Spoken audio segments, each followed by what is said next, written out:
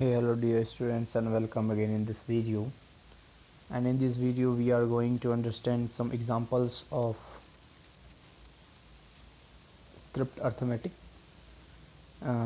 exercise not chapter 5. So let's start. पहला जो example है हमारा, जैसे कि अगर इससे पहले वाला वीडियो ना देखे हो तो उसमें हिंट्स और कई सारे रूल्स वगैरह हैं, तो मैंने आपको ये रूल्स वगैरह समझा चुका हूँ मैं। इस वीडियो में हम लोग सिर्फ़ और सिर्फ इसके एग्जांपल्स के बारे में बात करेंगे। तो एग्जांपल नंबर 1 यहाँ पर क्या दिख रहा है, यहाँ पर कह रहा है कि C A plus A B is equal to D D A, यानी कि जब सी ए और ए बी को जोड़ा जा रहा है तो A B is equal to A आ रहा है और C A equal to D D आ रहा है।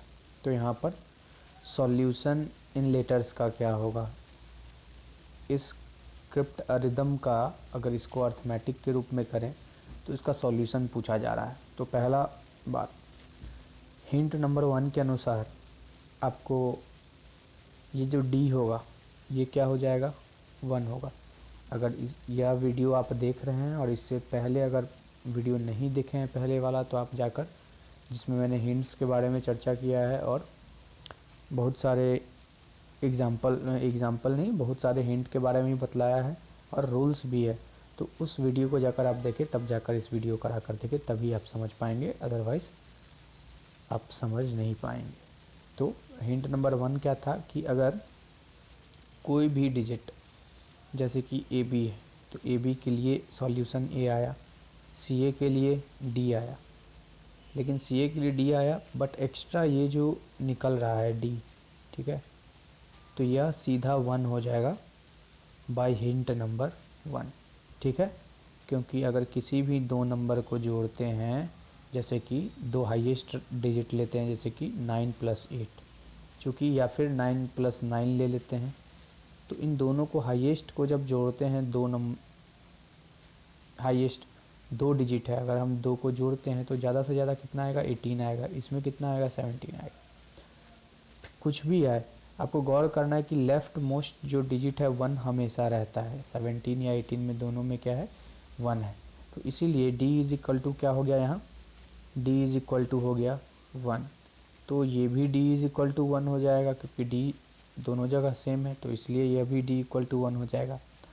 अब a और b में, ठीक है, a और b में ऐसा क्या जोड़ेंगे कि a में जब b का वैल्यू क्या होगा कि a होगा, ठीक है ना, तो ऐसे में b इज़ इक्वल टू 0 हो जाएगा, ठीक है, क्योंकि a को जब 0 में ऐड करेंगे तो आंसर क्या होगा, a ही होगा। तो नीचे का सारा निकल गया, 1 1 a, ठीक, और b का वैल्यू क्या निकला मेरा, 0 निकल गया। अब यहाँ c और a को क्या जोड़ेंगे कि डबल d, यानी कि 11 हो जाएगा। तो देखिए, ऐसा जो प्रॉब्लम है, यह भले ही स्क्रिप्ट अरिदम में हम लोग पढ़ रहे हैं ये एग्जांपल, लेकिन ये इसका कोई भी सॉल्यूशन नहीं है। There are too many solution of this example, so that's why we are not putting this example in the problem of script अरिदम।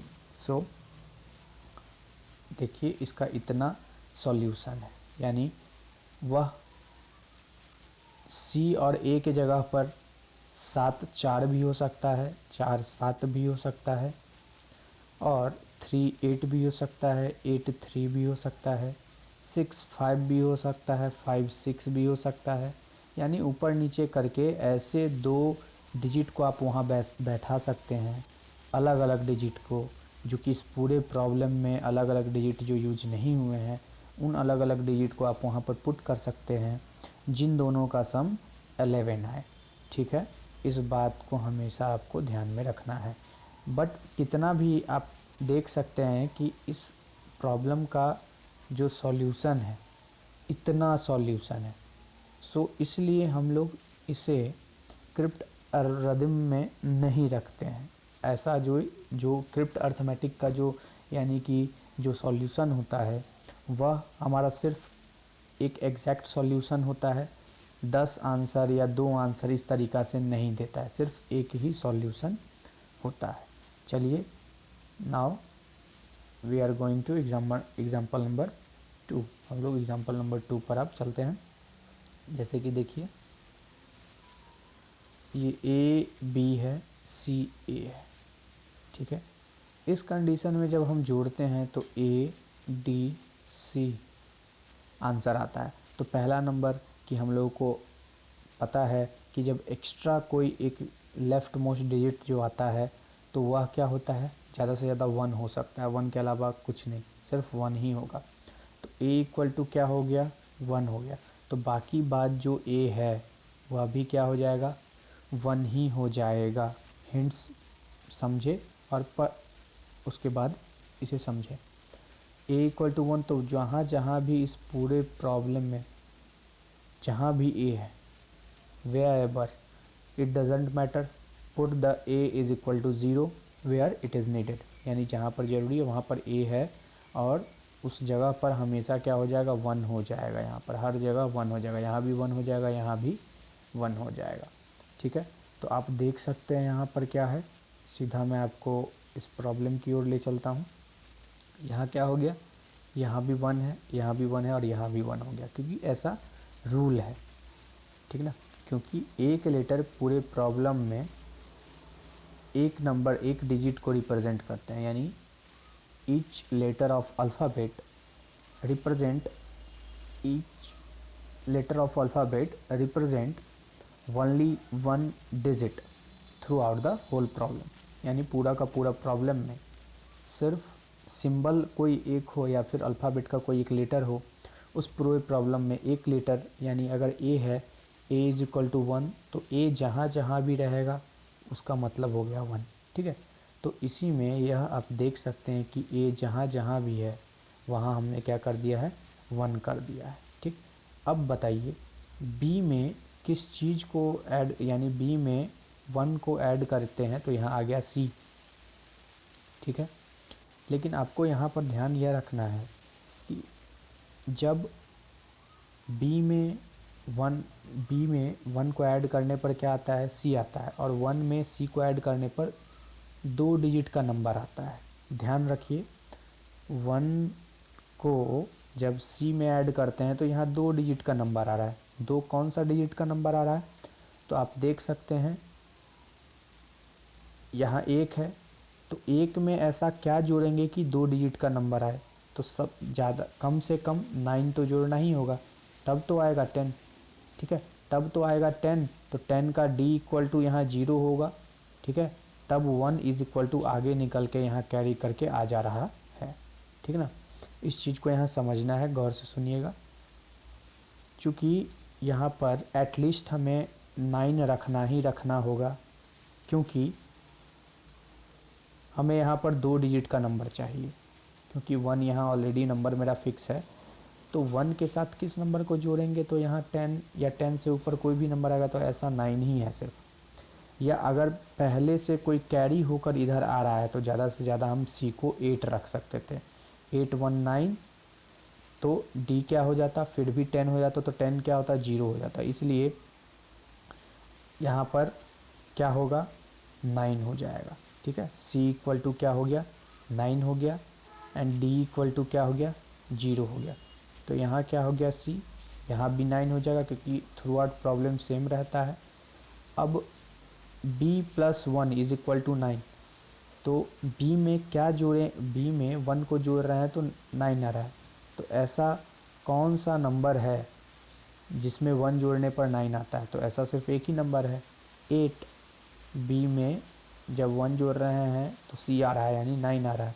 तो ऐसे कंडीशन में b का वैल्यू हमारा 8 निकल जाएगा। b इज इक्वल टू क्या हो जाएगा, 8, ठीक है।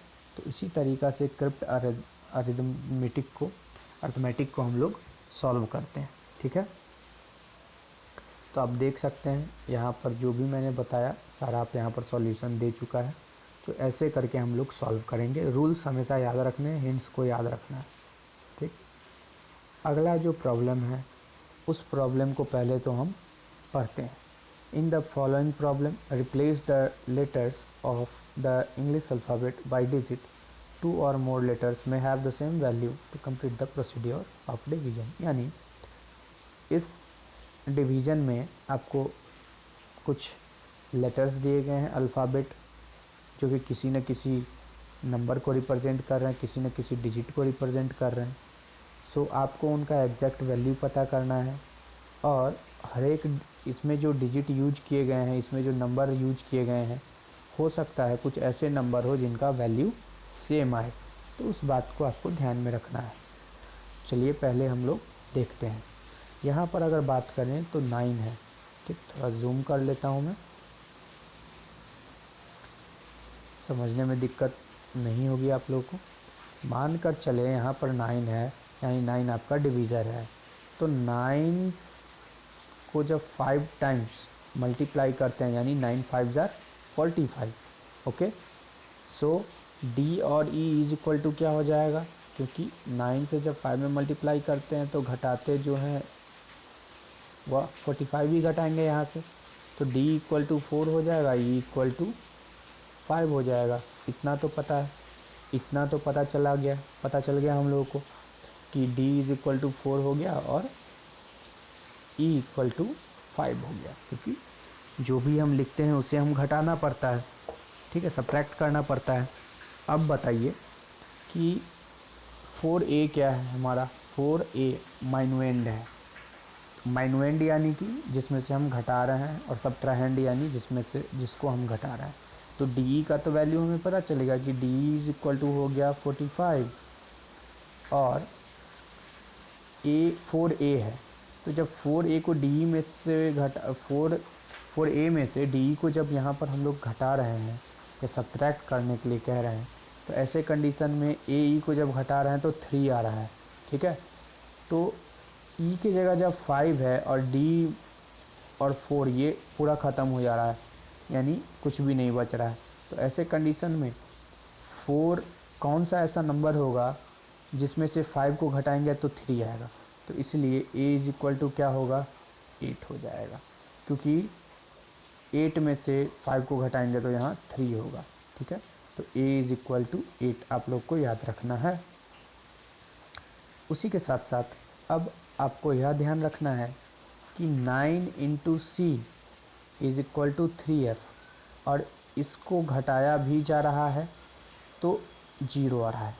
यहाँ पर यह गौर करना है कि 9 का कौन सा ऐसा मल्टीपल है जिसे यहाँ पर GH के बदला पुट किया जाए, जो कि 3 से स्टार्ट होता है, और उसको 3f को घटाने पर उसको 3f से घटाने पर मेरा आंसर 0 आ जाता है. तो आप काउंट कर सकते हैं. काउंट कहने का मतलब आप टेबल पढ़ सकते हैं. 9 1 जार 9, 9 2 जार 18, 9 3 जार 27, 9 4 जार 36. ठीक है, और 9 5 जार जब ही जाते हैं तो 45, यानी वो 4 से शुरू होता है. लेकिन यहाँ पर 3f क्या है, 3 से शुरू है. ठीक है, तो यहाँ 9 4 जार 36, ये भी 3 से शुरू हो रहा है. तो 9 के टेबल में केवल एक ही ऐसा मल्टीपल है जो मतलब 2 डिजिट में वो 3 से स्टार्ट हो रहा है. ऐसे कंडीशन में जब 3f को gh के साथ घटा रहे हैं तो 0 आ रहा है, यानी कि 36 यहाँ होना चाहिए, जो कि 3 है. तो f इक्वल टू क्या होगा, 6. तो gh भी क्या हो जाएगा, g इक्वल टू 3 हो जाएगा, h इक्वल टू भी 6 हो जाएगा. और यहाँ b जो है, यहाँ पर क्योंकि हम लोगों ने यहाँ 6 उतारा है, तो b इक्वल टू भी क्या हो जाएगा, 6 हो जाएगा. ठीक, और c 9 में कितना टाइम्स मल्टीप्लाई कर रहे हैं तो 36 आ रहा है. तो कोसेंट पर जो 5c है, तो 5 तो है ही है number numerical value, but c का जो न्यूमेरिकल वैल्यू हो जाएगा वो हो जाएगा 4, क्योंकि 4 टाइम्स मल्टीप्लाई कर रहे हैं. तो ऐसे कंडीशन में c इक्वल टू हो गया हमारा 4. ठीक है, तो चलिए एक बार पूरा का पूरा हम लोग अब देखते हैं. हम लोगों ने ये ऐसे कुछ पाया, 9 डिवाइडेड बाई 4 8 6, कोसेंट हो गया 5 4, डी था 45, डी का वैल्यू 4, ई का वैल्यू 5. जब इसे सब्ट्रैक्ट किए तो एफ़ का वैल्यू आया 6, और जी एच भी आ गया मेरा. जी एच हो गया, जी हो गया 3 और एच हो गया 6. अब आप कहिएगा कि सर आप तो यहाँ सेम वैल्यू बता रहे हैं, तो ऐसा क्वेश्चन में आपको रिलीफ मिला हुआ है, कह सकते हैं कि आपका जो 2 या 2 से अधिक लीटर है वह सेम वैल्यू को रिप्रेजेंट कर सकता है, ऐसा दिया हुआ है। सो हम लोग इसका यूज कर सकते हैं। जैसा कि आप लोग आंसर में भी देख सकते हैं, यहाँ पर आंसर दिया गया है, आप मिला सकते हैं, जो मैंने बताया और आंसर दोनों सेम ही है। चलिए अब अगले एग्जाम्पल की ओर चलते हैं। एग्जाम्पल नंबर 4 क्या कहता है, तो यह एक मैजिक स्क्वायर है। इस मैजिक स्क्वायर में आपको डायगोनली यानी इस तरीक़ा से कोना कोनी कॉर्नर टू कॉर्नर, ठीक है, और कॉलम मेथड और रो मेथड, ठीक है, इन तीनों को जब सम करेंगे, यानी या तो कॉलम में करें या तो डायगोनली सम करें या तो हॉरिजॉन्टली सम करें, तो ऐसे में हमारा जो सम आएगा वो हमेशा 0 के बराबर आना चाहिए, ठीक है। तो ये एकदम सिंपल सा रूल है, एकदम सिंपल, कुछ हार्ड नहीं है, आपको बस प्लस माइनस पर ध्यान देना है। जैसे कि पहले जो 2 दिया गया है उसका करते हैं, पहले हॉरिजॉन्टल मेथड कर लेते हैं। -11 + 14, जिस तरीक़ा से मैं कर रहा हूँ उसी तरीक़ा से आपको करना है। ये हॉरिजॉन्टल है, मान के चलिए ये A है, ये B हो गया, ये C हो गया, ये D हो गया, ये F हो गया, ये E हो गया और ये F हो गया, ठीक है। तो A जो है, A का वैल्यू हम लोग पहले निकालते हैं। ये मान के चलिए A है, -11 + 14 + A इज़ इक्वल टू क्या होना चाहिए, ये पूरा का पूरा सम किसके बराबर होना चाहिए, 0 के बराबर होना चाहिए। तो अब क्या है कि हम लोगों ने 6th क्लास में या 7th क्लास में ऑलरेडी यह जान चुका है इक्वेशन के बारे में। इक्वेशन जब बन जाता है और एक अननोन क्वांटिटी होता है, क्योंकि हम लोगों ने अभी तक लीनियर इक्वेशन ही पढ़ा है और 1 वेरिएबल में पढ़ा है, तो ऐसे कंडीशन में आप लोग आसानी से निकाल सकते हैं। तो A का वैल्यू क्या हो जाएगा, यहाँ पर प्लस माइनस क्या हो जाएगा, +3 हो जाएगा, plus A is equal to 0, so that's why A is equal to -3। ये हमारा आंसर आ जाएगा। सो यहाँ A इज़ इक्वल टू क्या हो गया, -3, ठीक। अब आपको यह ध्यान में रखना है कि जब यहाँ A इज़ इक्वल टू -3 हो गया, ये -3 हो गया, तो अब यहाँ मान के चलिए आप लोग D है यहाँ आपका, तो D का वैल्यू क्या निकालेंगे, तो डायगोनली करके देख सकते हैं। डायगोनली जब करिएगा तो इनका सम कितना आना चाहिए, 0 आना चाहिए। So that's why we are using -3 + 0, क्योंकि 0 भी डायगोनल में आ रहा है, plus D is equal to क्या होना चाहिए, 0 इज़ इक्वल टू 0 होना चाहिए। तो -3 + 0 plus D is equal to 0 होना चाहिए इन सभी का सम। तो D इज़ इक्वल टू क्या हो जाएगा, 3 हो जाएगा। इक्वेशन सॉल्व किए तो D का वैल्यू हो गया मेरा 3, D का वैल्यू क्या हो गया, 3, ठीक। आगे आप फिर इसे कैसे कर सकते हैं, आप इसे इस तरीक़ा से कुछ कर सकते हैं। आप फिर से यहाँ पर नॉर्मल कॉलम मेथड अपना सकते हैं। तो कॉलम मेथड जब आप अपनाते हैं तो यहाँ पर क्या पाएंगे, तो यहाँ पर E मान लेते हैं इसे, ठीक। जब E मानेंगे तो यहाँ पर E लेट करने पर क्या मिलेगा आपको कि 3 + E + -11 इज़ इक्वल टू 0 होना चाहिए। तो E इज़ इक्वल टू क्या हो जाएगा, 3 - 11 इज़ इक्वल टू होता है -8, तो E इज़ इक्वल टू 8 हो जाएगा। E इज़ इक्वल टू क्या हो जाएगा, 8 हो जाएगा। तो सिंपली आप पुट करिए E इज़ इक्वल टू 8, ठीक है। फिर आगे बात करें 14 + 0, यहाँ आप इसे F मान सकते हैं। 14 में 0 को जोड़े 0 हो गया, तो 14 + 0 + F इज़ इक्वल टू 0। तो F इक्वल टू क्या होगा, तो डायरेक्ट -14 हो जाएगा। सो F इज़ इक्वल टू क्या हो गया, -14 हो जाएगा, ठीक है। F इज़ इक्वल टू क्या हो गया, -14 हो गया। सिंपली आप इसे ऐसे करें तो यहाँ 11 उसी प्रकार से हो जाएगा। और यहाँ पर अगर फिर से बात किया जाए तो ये हो जाएगा आपका -8। ठीक, आप ऐसे सॉल्व करें, ऐसे सॉल्व करें, ऐसे सॉल्व करें, या फिर ऐसे सॉल्व करें, या फिर ऐसे सॉल्व करें, हर कंडीशन में आपको सिर्फ और सिर्फ 0 ही इनके सम का आंसर मिलेगा। ठीक है, तो ये एक मैजिकल स्क्वायर का प्रॉब्लम था। आई होप आप समझ गए होंगे। अगर नहीं समझ में आ रहा है तो आप दोबारा वीडियो को वॉच करें। फिर अगला हमारा जो प्रॉब्लम है वह कुछ इस प्रकार है कि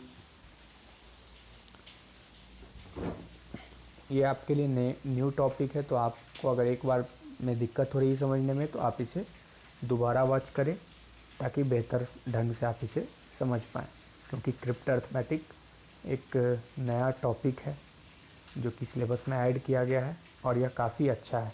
ठीक ना, ये एज लाइक मैंने पहले ही बताया है कि माइंड फ्रेशनर का काम है, ये एज लाइक मैथमेटिकल पजल है। तो चलिए स्टार्ट करते हैं। यहाँ पर कुछ सर्कल दिए गए हैं, इनको 3 पार्ट्स 3 पाई में बांट लिया गया है। और ये पहला है 6, ये है 13 और ये है 27। ठीक, तो इनका क्या पैटर्न है, यहाँ पर मिसिंग नंबर आपको पता करना है। तो सिंपली यहाँ पर देख सकते हैं 2 से ऐड किया गया, 2 को यहाँ पर मल्टीप्लाई किया गया है, प्लस 1 को जोड़ दिया गया है।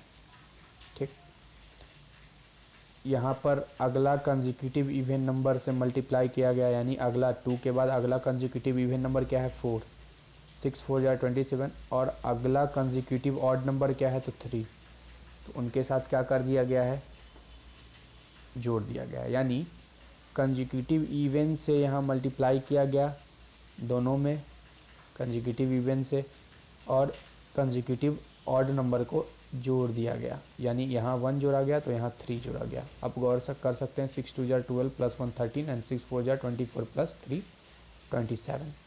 ठीक है, अगला प्रॉब्लम यानी कि अगला इसका पैटर्न जो है वह देखते हैं। जैसा कि बात करें, फिर से यहाँ देख सकते हैं इंटू 2, फिर इधर बात करें तो इधर भी इंटू 4, क्योंकि कंसेक्यूटिव इवन से इनको मल्टीप्लाई किया जा रहा है और कंसेक्यूटिव ऑड को ऐड किया जा रहा है। इधर क्या हो जाएगा +3, तो 2 7 2 ज़ार 14 प्लस 1 ये हो गया 15, और 7 4 ज़ार 28 प्लस 3 31। इसके 2 मेथड है, मैं आपको दोनों बता रहा हूँ। एक बुक में दिया गया है और यह खुद से पैटर्न आप समझ सकते हैं। ये मेरा खुद का पैटर्न है जिससे मैं आपको समझा रहा हूँ। आप बुक से भी, मैं बुक वाला भी अभी समझाऊँगा। ठीक ना। सो अगला फिर से अगर मैं बात करूँ तो उसी पैटर्न पर चलेगा। 8 इंटू 2, क्योंकि कंसेक्यूटिव इवन नंबर को क्या करना है, यहाँ इससे मल्टीप्लाई करना है, तो इधर कंसेक्यूटिव इवन 4 से मल्टीप्लाई किया जाएगा। इधर आपको 1 जोड़ना था और इधर आपको 3 जोड़ना था। ठीक है, तो 8 2 ज़ार 16 प्लस 1 हो गया 17। उसी तरीक़ा से 8 4 ज़ार 32 प्लस 3 इज इक्वल टू 35 हमारा। So answer will be 35। So you can simply see the answer, the missing number is 35. So our answer is obviously correct. So we needn't to be fear. Now going to the books method. Book का method क्या कहता है? Book का method कहता है simply कि आपको कुछ भी नहीं करना है। 6 2 ज़ार 12 प्लस 1 13। अब इसी के आंसर को 2 से मल्टीप्लाई करके फिर इसमें 1 जोड़ दो। ठीक, 6 2 ज़ार 12 1 13। अब 13 में 2 को मल्टीप्लाई करें, ऐसे करके ये साइकिल चल रहा है। एक 6 से 2 टाइम प्लस 1 ऐड किए तो यहाँ 13 हो गया। उसी तरीक़ा से 13 को 2 टाइम्स मल्टीप्लाई करके 1 ऐड कर देने पर 27 हो जाएगा। उसी प्रकार 7 वाले में भी है। 7 को 2 टाइम्स मल्टीप्लाई करके 1 ऐड कर दिया गया, 15 हो गया। अब इसके आंसर को 2 से मल्टीप्लाई करके 1 कर दिया गया तो 31 हो गया। फिर आगे 8 का है तो ठीक वही पैटर्न चलेगा। 8 को 2 के साथ मल्टीप्लाई करके पहले में 1 ऐड कर दिया गया तो हो गया 17। फिर अब 17 को 2 से मल्टीप्लाई करके 1 ऐड कर देने पर हो गया 35। So our missing number will be 35। So answer आप यहाँ देख सकते हैं, मिसिंग नंबर क्या हो गया इस मेथड के द्वारा 35 आ गया। दोनों मेथड में से कोई भी आप यूज कर सकते हैं। एग्जाम्पल 6 में सिंपली आपको साइन पुट करना है या आप खुद से कर सकते हैं। आपको पेपर 7 भी एकदम ईजी है, सो आप लोग खुद भी प्रैक्टिस करें घर पर। मल्टीप्लिकेशन की ओर चले तो मल्टीप्लिकेशन भी सिंपल है, कोई भी इसमें कन्फ्यूजन नहीं रखना है। देखिए पहला तो यहाँ कुछ रो में दे नहीं रखा है, इसलिए कन्फ्यूजन का कोई दिक्कत नहीं है।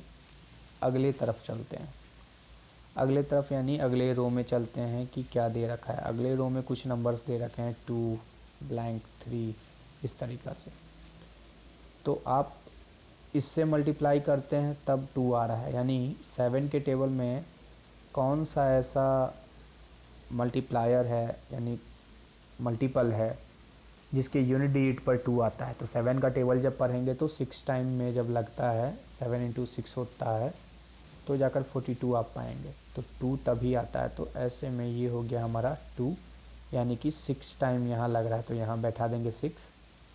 ठीक, उसके बाद 7 4 जार 28 प्लस यहाँ जो आपका कैरी ओवर जो 4 बचा था उसको ऐड करेंगे, तो ये हो जाएगा 32। 32 का 2 हो जाएगा, आगे बचा 3। तो 7 में किस चीज़ से मल्टीप्लाई करेंगे कि यहाँ 3 आ जाएगा। तो सिंपली आपको यहाँ समझना है कि 7 में 0 से मल्टीप्लाई करने पर क्या हो गया, 0 होगा, और यहाँ पर जो कैरी ओवर 3 बचा था वह ऐड हो जाएगा, तो हो गया मेरा यहाँ 3। 7 3 जार 21, तो यहाँ पर 21 आप लिख सकते हैं। जब आपको ऊपर का सारा मिल गया तो अब आप हर एक से मल्टीप्लाई करके यहाँ पर ये जो दो यहाँ पहला जो ब्लॉक्स है, फर्स्ट स्टेप का जो ब्लॉक है और थर्ड स्टेप का जो ब्लॉक्स है वगैरह फिल करना, उसे आप आसानी से कर सकते हैं और जोड़कर जो एग्जैक्ट वैल्यू है वह ला सकते हैं। ठीक है, सुडोकू मैं किसी और वीडियो में समझाऊंगा। सो ये आपका फुल कंप्लीट हो गया एग्जाम्पल। अब आपको इससे रिलेटेड जो एक्सरसाइज होंगे वो सॉल्व करिए। आशा है आपको समझ में आया हो, न समझ में आया हो तो फिर से वीडियो वॉच करें, बेहतर से तब समझ में आ जाएगा। सो और हमारा जून का सिलेबस भी यहाँ ख़त्म होता है। And thanks for watching the video.